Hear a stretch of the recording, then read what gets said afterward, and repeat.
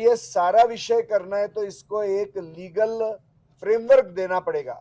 इसके लिए सरकार के साथ बैठकर बातचीत करना आवश्यक है, और अंत में सरकार के साथ इसलिए बातचीत करनी पड़ेगी क्योंकि वो नीति निर्धारक है। तो इसके लिए जो कानून लाने पड़ेंगे, नए कानून लाने पड़ेंगे, तो विश्व हिंदू परिषद, आचार्य सभा, अधिवक्ता परिषद, सुप्रीम कोर्ट के अनेक बड़े बड़े बड़े वकील और अनेक हाई कोर्ट्स के रिटायर्ड चीफ जस्टिसेस, ऐसा मिलकर एक थिंक टैंक बना है इसके लिए, और हमने एक कानून का प्रारूप तैयार किया है। तो वो कानून का प्रारूप लेकर विविध राजनीतिक दल, विधायक और मुख्यमंत्रियों से बातचीत होगी। ये प्रक्रिया करनी ही पड़ेगी, किसी की भी सरकार हो। और हम सभी से बात कर रहे हैं, सभी दलों से। जैसे अभी आंध्र प्रदेश में श्रीमान चंद्रबाबू नायडू जी है, और वहां पर तेलुगु देशम के लोग अधिक सत्ता में बैठे हुए, उनके साथ में अन्य भी है, पवन कल्याण जी भी है, भाजपा के भी लोग बैठे। तो सभी से चर्चा करनी पड़ती है क्योंकि एक कानून के तहत ये करना पड़ेगा। तो एक बहुत बड़ी एक्सरसाइज है। मेरा सवाल है कि साहेबगंज और पाकुड़ में जो अपने घुसपैठिया का जो मुद्दा उठा है, इसमें जो वहाँ का जो डेमोग्राफी चेंज हुआ है, इसमें तो जो राज्य की सत्ताधारी पार्टी है वो तो कहती है जो घुसपैठ है उसका रोकना रोकना सेंट्रल गवर्नमेंट का काम, स्टेट गवर्नमेंट का तो है नहीं। और जो झारखंड है 24 सालों में सबसे ज्यादा भारतीय जनता पार्टी की सरकार है। क्या मानते हैं घुसपैठ जो मुद्दा है वो राजनीतिक तौर पर है या सिर्फ सामाजिक तौर पर जो है आप लोग उठाते हैं? देखिए, राजकीय तो है क्योंकि उसका राजकीय उत्तर देना पड़ेगा, इसलिए क्योंकि वो राजकीय प्रोसेस को इन्फ्लुएंस भी कर रहे हैं अभी, इसलिए। मगर यह सामाजिक भी मुद्दा है क्योंकि उनके साथ में असहिष्णुता जुड़ी हुई है। आज जो ये सारे हमले हो रहे हैं, इन्हीं के माध्यम से हो रहे हैं। लव जिहाद की घटनाएं हो रही, इन्हीं के माध्यम से हो रही है। और ये राज्य का मुद्दा कैसे नहीं है? एक बार पूरी बांग्लादेश की बॉर्डर ओपन है, आज उसके ऊपर फेंसिंग का काम चालू है। पश्चिम बंगाल की सत्ता भाजपा की नहीं है वहां बैठी हुई, ये भी ध्यान में रखना चाहिए। और इसलिए जब एक बार देश में प्रवेश हो जाता है तो अलग अलग जगह पर जाते हैं, तो उनको आधार कार्ड कहां से मिल रही है, उनको रेशन कार्ड कहां से मिल रही है, उनको जमीन की मालकी कहां से मिल रही है। तो सबको मिलकर काम करना पड़ेगा। ये तू मैं का विषय नहीं है राजनीति का। आज अंतर्गत सुरक्षा के बहुत बड़े संकट है।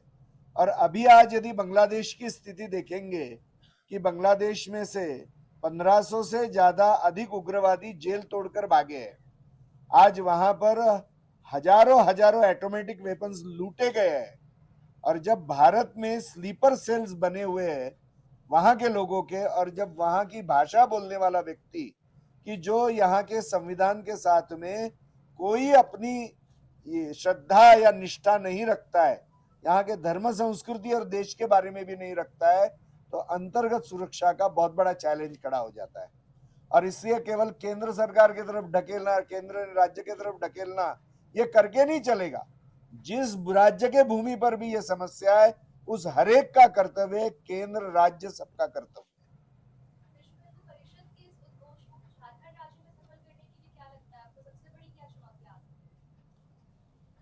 सभी से बात करना, क्योंकि यहाँ के समुदाय, भोला भाला समुदाय बहुत है।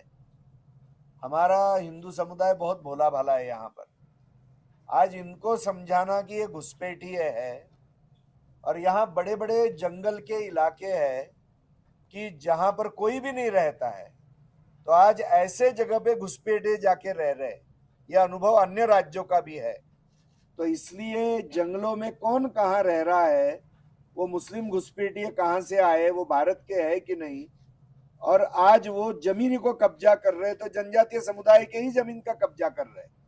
और इसलिए यह जो मुद्दा है, यह समझाना, इसकी ग्रेविटी ध्यान में लाके देना, और यहाँ के सरकारों को इसके बारे में एक्टिविटी करने के लिए उद्युक्त करना, ये सारे ही चैलेंजेस है। यहाँ के सरकारों को इसके बारे में एक्टिविटी करने के लिए उद्युक्त करना, ये सारे ही चैलेंजेस है। मंदिर को लेकर के जो आपका अभ्यास विश्व हिंदू परिषद आकलन की है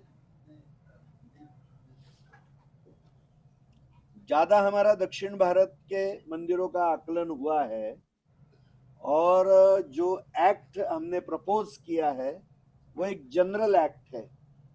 तो इसलिए अभी हम आंदोलन के दिशा में नहीं जा रहे, हम तो जागरण की दिशा में जा रहे हैं, क्योंकि अभी जो नेक्स्ट स्टेप है कि कहाँ पे, जैसे महाराष्ट्र गुजरात में चैरिटी कमिश्नर की व्यवस्था है जो अन्य राज्यों में नहीं है, कहाँ पे धर्मार्थ परिषद है, या कहाँ पर एक एक मंदिर इतना बड़ा है कि उसके बारे में इंडिपेंडेंट एक्ट्स बने हैं।